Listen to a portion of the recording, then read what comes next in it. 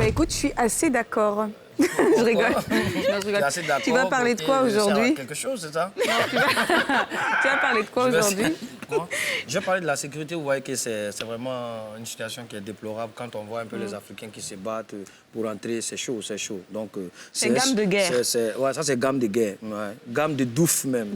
C'est game. Ouais. Chaque jour, quand on se réveille, il y a un nouveau dossier. Voilà, aujourd'hui, on va parler de la sécurité. C'est un sujet assez important parce qu'on ne peut pas parler quand on parle de, comment on appelle ça, de guerre, c'est qu'il n'y a pas de paix, n'est-ce pas? Donc, il faut la sécurité pour avoir la paix, n'est-ce pas? Et j'ai vu comme ça sur les réseaux sociaux, les gens étaient en train de dire qu'il faut que la Côte d'Ivoire envoie une délégation en Ukraine, que ça doit être des artistes qui portent les noms des militaires et tout. Ils ont cité pêle-mêle, voilà, le général Bidefer, l'amiral Ankadeka, le général Koro Abou, le maréchal Zongo. Bon, nous, on sait que... Le colonel Le Beaufouet, bien évidemment. Donc, actuellement, ce soir, nous, on a une réunion. On va essayer de voir quelle décision on va arrêter pour aller représenter la Côte d'Ivoire. Mais moi, je pense que ceux qui devaient aller représenter la Côte d'Ivoire en Ukraine, c'était les FRC. Les FRC, voilà, ouais.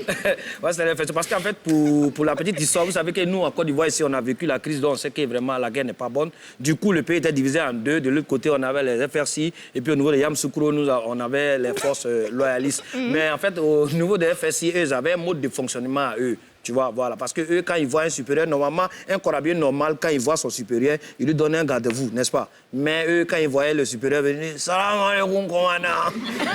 Et puis, il répondait toujours posé, élément fidèle. Mais c'est comme ça, c'est la sécurité. Et ça dit, eux, gérer la sécurité à leur manière. Et une fois comme ça, il y a un FSI qui est monté dans un cas, c'était à Boaké. Et voilà, il est monté dans un cas pour contrôler les pièces. Ouais, mesdames et messieurs, voilà, vous tous, vous n'avez pas donné votre carte d'identité.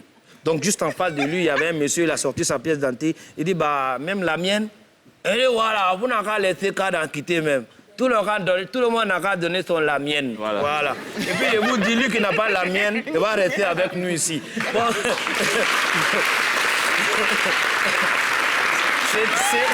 C'était la manière à eux vraiment de gérer la sécurité au niveau du Boaké. Et je me rappelle comme ça, et comme on le dit, il y a quelque chose de malheur. Bon, moi j'avais un cousin, lui son rêve, c'était de devenir militaire. Mais quand la crise a éclaté en Côte d'Ivoire, il est devenu FSI. Donc c'est lui qui me racontait un peu les histoires qui se déroulaient là-bas. Il dit, un jour, le ministre de la Défense devait arriver à Boaké parce qu'ils avaient suivi des formations pour voir comment la troupe se comporte. Donc le ministre arrive. C'est le commandant qui doit présenter l'unité maintenant au ministre. Donc il se lève, il se présente lui-même d'abord au ministre. Voilà, monsieur le ministre, je te présente. Voilà, moi, c'est le commandant système Nakono. Bon, tu veux m'appeler épervier, ça ne gêne pas. Bon, je vais te présenter mon unité actuellement. Ils ont suivi la formation, ils sont prêts. Voilà, où ils sont là, ils sont prêts pour aller même partout. Bon, attends, je vais appeler un élément, et puis je cherche un peu dans la foule. Attends, je vais appeler qui? Moussa Mereni, non, toi, t'es pas bon. Ablo, non, toi, t'es pas... Démarrer! Élément démarré, viens ici, viens. Donc lui, il vient, il s'arrête. Bon, le ministre est là, hein. Il faut montrer ce que vous avez appris ici. Donc il pose la question à l'élément. Élément, qu'est-ce que le garde-boue? Il dit, le garde-boue est l'immobilité absolue d'un soldat, prêt à recevoir des ordres, ni murmure, ni hésitation. Les réclamations sont faites après les avoir exécutées. Il dit, monsieur le ministre, elle a formé. On continue. On continue. Élément, démarrer. Qu'est-ce que le drapeau? Le drapeau représente l'emblème du pays. Il dit, monsieur la ministre, elle va tuer. On continue. Élément, pourquoi doit-on mourir pour le drapeau? Il dit, comment on a égori? Il dit, pourquoi doit-on mourir pour le drapeau? L'élément, il demande comment? Mourir pour le drapeau.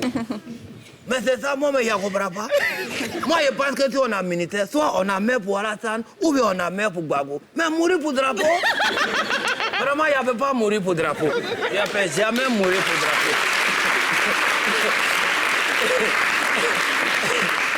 Et voilà comment lui, il a été radié un peu de rang. Oui, non, mais toi, tu ne peux pas mourir pour le drapeau. En fait, le rôle du militaire, c'est de défendre le drapeau. Quand on dit on est corps habillé, on meurt pour le drapeau. C'est le drapeau que tu défends. Mais lui, il dit, il ne sait pas pourquoi il doit mourir pour le drapeau. Donc, il ne sait pas pourquoi il est corps habillé. Bon, voilà. Donc, nous suivons avec beaucoup d'intérêt l'évolution de la situation en Ukraine. On appelle vraiment, c'est-à-dire la communauté internationale, tous ceux qui doivent s'occuper de la paix, vraiment jeter un coup d'œil sur vraiment le problème qui se passe en Ukraine. Parce que vous voyez, les Africains souffrent.